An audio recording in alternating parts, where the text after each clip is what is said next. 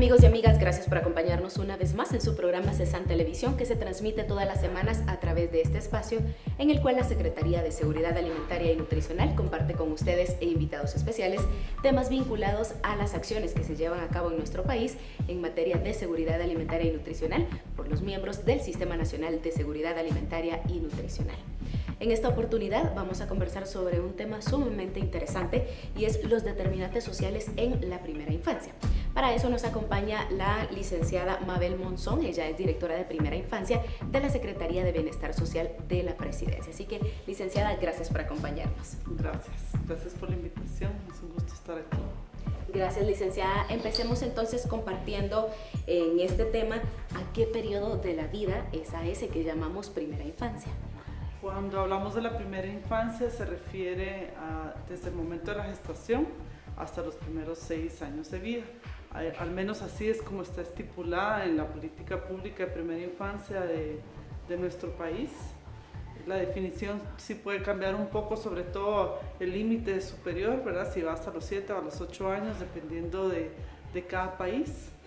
Las políticas públicas que van dirigidas a primera infancia y la política que tengan también de educación, porque lo marca mucho cuando se inicia, cuando finaliza más bien, antes de que inicie la educación primaria.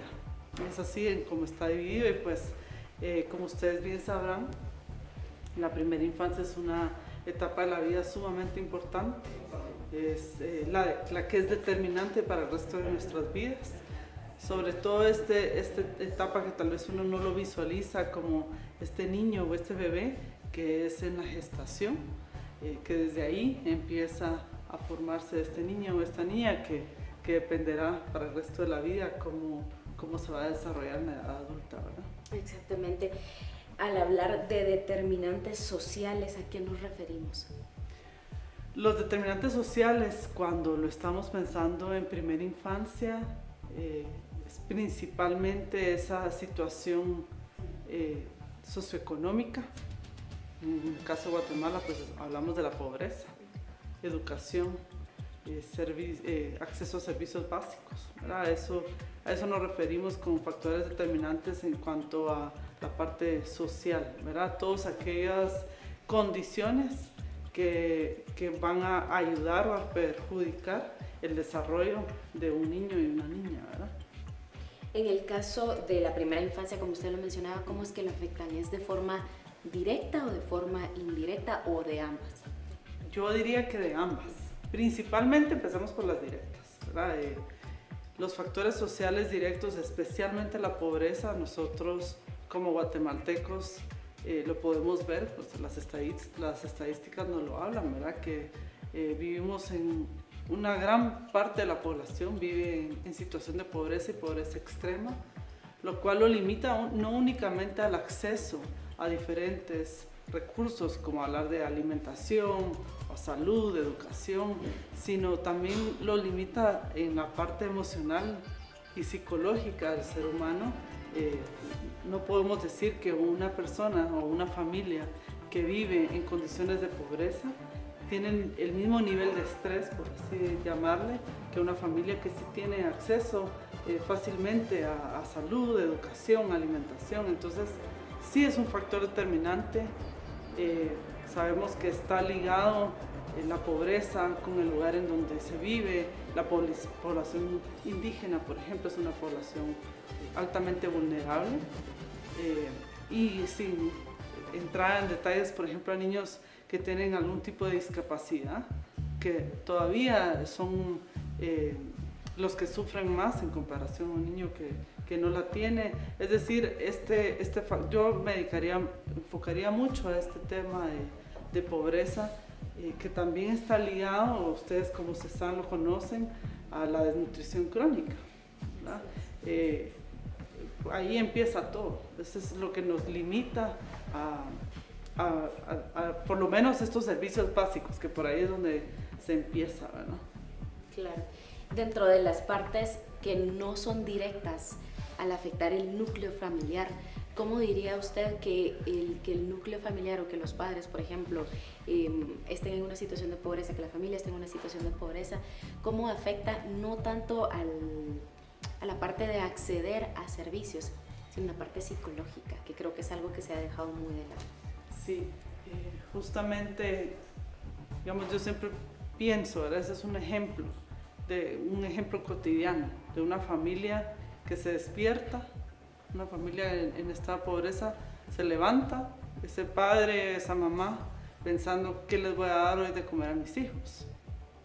Está en una desventaja, digamos, en cuanto al nivel de estrés, la parte emocional y psicológica que pueden estar pasando, que están más tensos, tal vez están más sensibles, hasta enojados. Llega un hijo y les pide, mamá, quiero tal cosa, y probablemente no vaya a reaccionar de la mejor manera porque esa persona está tensa.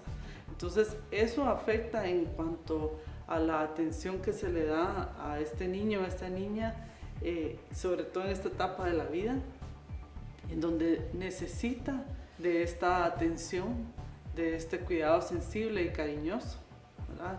En donde requiero que mi mamá me cante una canción, me enseñe un libro, me hable acerca de la naturaleza.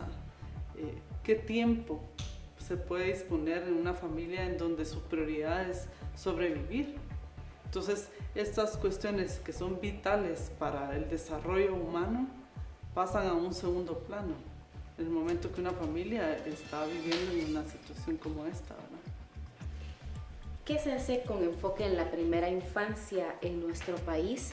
Ya que usted mencionaba que la pobreza pues, es lo que más incide para que se den estos determinantes sociales, para que logremos el resultado que nos dice el Objetivo de Desarrollo Sostenible número 1, que es precisamente eso, de poner fin a la pobreza. ¿Cuáles son esas acciones que usted considera que se están llevando a cabo? Bueno, dentro de la Secretaría de Bienestar Social, creo que por ahí podría empezar a hablar. En la Subsecretaría de Preservación, que es la la prevención, perdón, pues se empieza por la formación de estos seres humanos desde esta primera infancia, en donde se les dan todas esas herramientas que probablemente van a hacer una diferencia en el resto de su vida. ¿Cómo? Nosotros les enseñamos a través de un proceso metodológico distinto a lo que se está acostumbrado, en donde está enfocado al trabajo colaborativo, al desarrollo de las habilidades, el poder tomar decisiones. Digamos, esto cómo repercute a largo plazo, va a ser un adulto que va a tener un pensamiento crítico, va a poder tener una mejor elección, por ejemplo. Esto del sentido común que hablamos tanto y que tantas personas lo carecen, que viene desde que somos muy pequeños, ¿verdad? Entonces, formado desde ahí, eso va a permitir que en el momento que empiece en la primaria, pues probablemente tenga un mejor rendimiento escolar y por lo tanto también secundaria y sean adultos más productivos. Y eso va a generar es decir, afecta directamente en la economía del país. Hablando de la pobreza directamente, o sea, cómo se va entrelazando una acción que parece pequeña, pero que repercute a largo plazo en que sea un país desarrollado, ¿verdad? Eso solo a manera de un ejemplo, ¿verdad? De una de las intervenciones, pero a nivel país, pues la generación de empleo, por ejemplo, pero directamente en la primera infancia, sabemos que, por ejemplo, el Ministerio de Educación va a invertir ahora mucho más en la educación inicial y preprimaria. A partir del otro año empieza un nuevo programa. Ahorita no recuerdo el nombre del economista que decía que por cada dólar que se invierte en la primera infancia se devuelven de 4 a 6 dólares, ¿verdad? Al país en cuanto a su productividad. Y eso es un dato sumamente importante que tal vez algunos no se han percatado y que si lo hablamos a nivel de gobierno, ¿verdad? El que esté en este momento y cada 4 años y que ahí es donde se pierde un poco, como eso no son intervenciones que tal vez se ven en este momento, el producto no se ve en este momento. Se requiere también que todos los sectores estén informados acerca de esto que es tan importante y cómo poder hacer una diferencia como país a largo plazo, ¿verdad? Que no se ve inmediato, creo que eso es relevante, ¿verdad?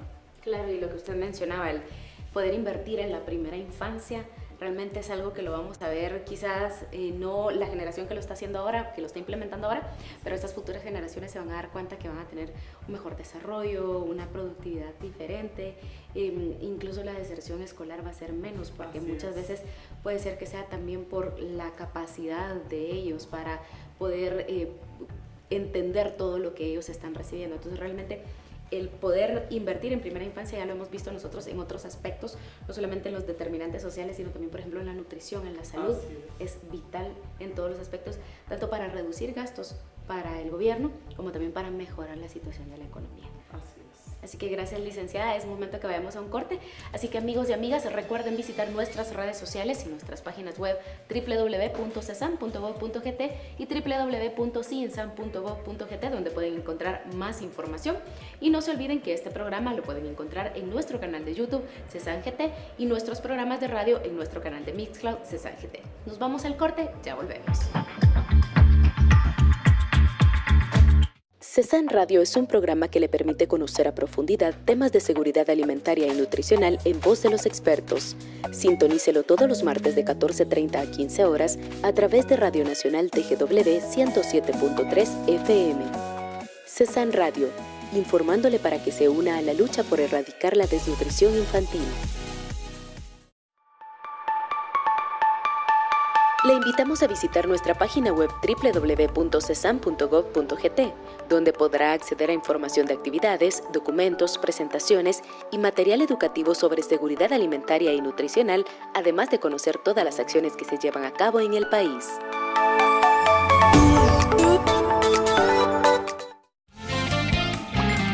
Toda la información generada por el Sistema Nacional de Seguridad Alimentaria y Nutricional la puede encontrar en nuestras redes sociales: Facebook, Twitter, YouTube e Instagram, y en el www.cinsan.gov.gt y www.cesan.gov.gt.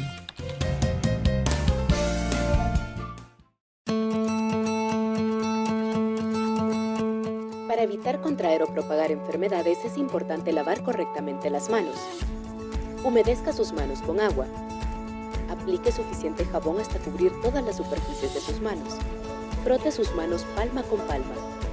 La mano derecha sobre el torso izquierdo, con los dedos entrelazados y viceversa. Palma con palma con los dedos entrelazados. La parte trasera de los dedos hacia la palma opuesta con los dedos entrelazados. Frote rotativo del dedo pulgar izquierdo sujeto en la mano derecha y viceversa. Enjuáguese las manos con agua. Seque sus manos con una toalla desechable. Siguiendo estos pasos, sus manos estarán seguras.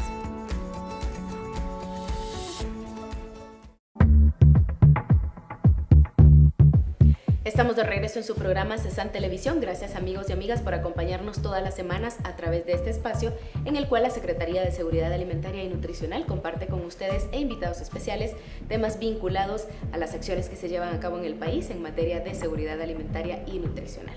En esta oportunidad estamos abordando el tema determinantes sociales en primera infancia, y para eso nos acompaña la licenciada Mabel Monzón. Ella es directora de primera infancia de la Secretaría de Bienestar Social de la Presidencia. Antes de ir al corte, ella nos hablaba sobre esos determinantes sociales que afectan directa e indirectamente a la primera infancia. ¿Qué es la primera infancia? Que en nuestro país pues, se establece hasta los 6 años, y cómo son algunas de las acciones que se llevan a cabo en el país para poder erradicar la pobreza, que es uno de los principales factores que incide en algunas cosas nocivas en la primera infancia. Así que, licenciada, me gustaría ahora que nos hablara un poco acerca del trabajo que la Secretaría hace en favor de la primera infancia. Para empezar, pues es la única institución gubernamental que tiene una dirección de primera infancia. Esta dirección tiene a cargo 3 programas. Está el Educando en Familia, que es una escuela para padres, básicamente. Los centros de atención integral que están a nivel nacional, son 41 centros a nivel nacional, y también el Departamento de Regulación de Centros de Cuidado Infantil Diario, mejor conocidos como las guarderías. Este departamento, su objetivo principal es regularizar estos centros de cuidado y autorizar su funcionamiento a nivel también nacional, tanto públicos como privados. Muchas personas desconocen que la guardería a la que llevan a sus hijos debe de estar autorizada por la Secretaría de Bienestar Social. Y la verdad es que es una cuestión muy importante porque se ve desde las características del inmueble, el personal, la cantidad de personal que tienen, si es personal especializado. Entonces se procura, es decir, que una guardería que está autorizada quiere decir que reúne todas aquellas condiciones mínimas y que está basada en estándares internacionales para poder atender a niños en su primera infancia. Ese es uno de los programas. El otro es los centros de atención integral, que son, como antiguamente se les conocía, como guarderías del Estado, además de los cuidados básicos, alimentación, sueño, higiene. Pues hay un proceso metodológico nuevo que se implementó hace como 3 años aproximadamente, en donde cabalmente le mencionaba hace un momento que se desarrollan aquellas habilidades y destrezas para la vida, ¿verdad? No solamente para prepararlos para la primaria, sino también para que sean adultos productivos. Y también en otra subsecretaría dentro de la Secretaría de Bienestar Social, pues está la protección de la primera infancia, en donde hay un hogar dedicado exclusivamente a la atención de los niños y niñas menores de 6 años, en donde se les brinda una atención integral. Hay profesionales desde psicología, pedagogía, trabajador social, velando por que se garanticen los derechos de los niños menores de 6 años. En cuanto a acciones multidisciplinarias, licenciada, ¿existen en Guatemala esas acciones que vayan enfocadas en unir esfuerzos para atender a la primera infancia? Pues justamente ahorita, como país, nos encontramos en un momento interesante e importante. El vicepresidente de la República instauró una mesa técnica para trabajar la atención integral de la primera infancia, en donde están participando diferentes instituciones a nivel gubernamental y actualizando la política pública de primera infancia. Sabemos cada institución hace diferentes intervenciones dirigidas a esta población sin necesariamente haberle puesto el nombre de primera infancia. Hemos estado muy enfocados a la prevención de la desnutrición crónica en niños menores de 5 años y por ende muchas de esas actividades que se hacen o acciones van dirigidas a la primera infancia, ¿verdad? A las mujeres gestantes, a la ventana de los primeros 1000 días de los menores de 5 años, ¿verdad? Es decir, que como país sí estamos teniendo muchas intervenciones y que ahora pues las estamos ubicando en un mapa. En dónde lo estamos haciendo, en dónde está cada institución y cómo podemos de alguna manera complementarnos en nuestras acciones, ¿verdad? Entonces sí se está haciendo con otro nombre, ahora ya lo estamos poniendo con el nombre que corresponde y sobre todo creo que es importante informar además a la población en general de la importancia de la primera infancia para que también de esta manera exijan servicios de calidad, exijan intervenciones que mejoren la calidad de vida de sus hijos y sus hijas, ¿verdad? Y bueno, básicamente este trabajo intersectorial y multidisciplinario se está haciendo y probablemente de esta mesa surja una estrategia a nivel nacional de cómo se va a atender a esa primera infancia, ¿verdad?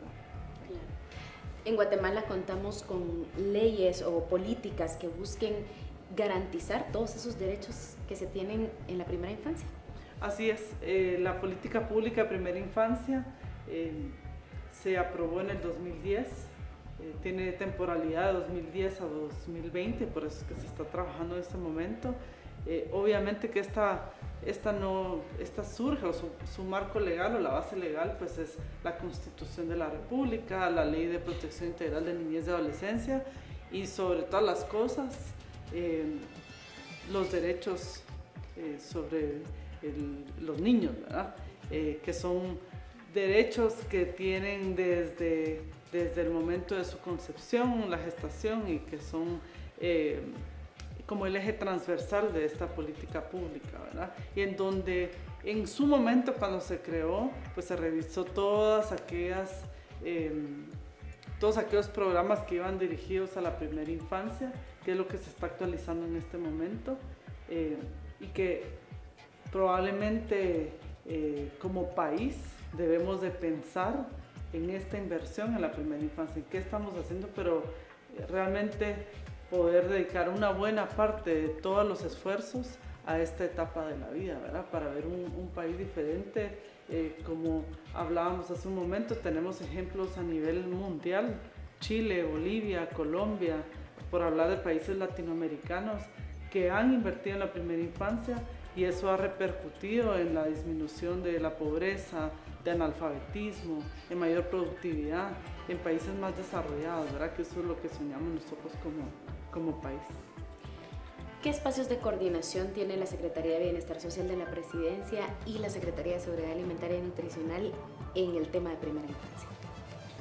En el tema específico de primera infancia, bueno, uno pensaría que en el seguimiento de casos a nivel departamental, municipal, son las sedes departamentales que son los brazos de la Secretaría, que son los que dan seguimiento a casos, por ejemplo, de pobreza o de abandono, o en donde hay una negligencia, por ejemplo, de parte de los padres de familia, o que no se está cumpliendo su derecho de salud o de protección. Entonces, junto a la Secretaría de Seguridad Alimentaria y Nutricional, pues ese es parte del equipo intersectorial o interdisciplinario con el que se trabaja para el seguimiento de cada uno de estos casos y velar por los derechos de estos niños, ¿verdad?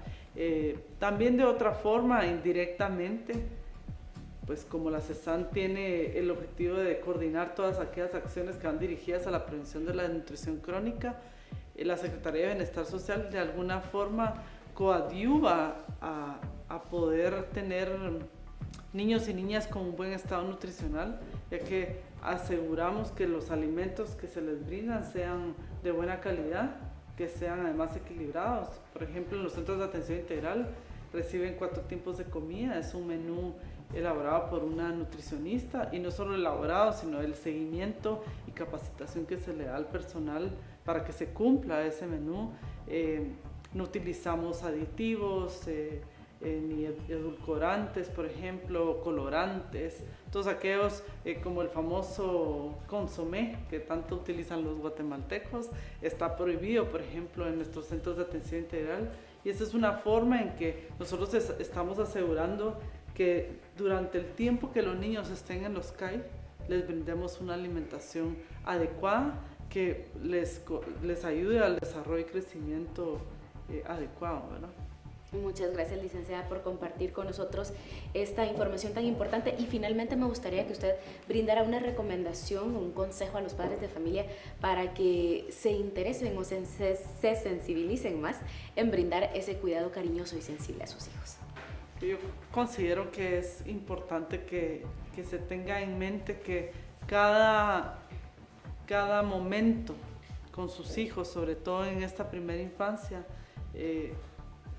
va a repercutir el resto de la vida, desde cómo los abrazo, cómo los saludo y le pregunto cómo te fue en la escuela, el alimento, hasta cómo se lo doy, la lactancia materna, es decir, cada momento desde que están en periodo de gestación y que pasan mucho tiempo con ellos, repercute no solo en cuanto a la salud, sino repercute el resto de su vida en cómo va a ser este adulto, si va a ser un adulto sano, hablemos de salud mental, en donde va a poder tener un buen manejo de sus emociones, no va a ser un niño, digamos, un adulto enojado o gritón, violento, que nos sobra ahora también, ¿verdad? Y eso es una responsabilidad muy grande que tienen también los padres de familia, no solamente es a nivel de Estado, ¿verdad? Que creo que mi consejo es ese, que le dediquen tiempo, que los abracen, que los quieran, que no se cansen de decirles cuánto los quieren y hacerlos sentir importantes, porque aunque un bebé no hable, no significa que no esté aprendiendo de todo lo que observa y de todo su alrededor, y pues que aprovechen cada momento para poder estimular ese cerebro que está en desarrollo y crecimiento y que puede llegar a ser tan grande como ellos quieran, ¿verdad? Muchas gracias, licenciada, por haber compartido con nosotros, y esperamos volver a poder tener este espacio para conversar sobre estos temas tan interesantes. Muchas gracias. Gracias a ustedes también, amigos y amigas, por habernos acompañado en este programa. Recuerden, si quieren conocer más, visiten nuestras redes sociales y nuestras páginas web para conocer más de todas las acciones que se llevan a cabo en nuestro país. Muchas gracias por habernos acompañado, nos escuchamos y nos vemos la próxima semana.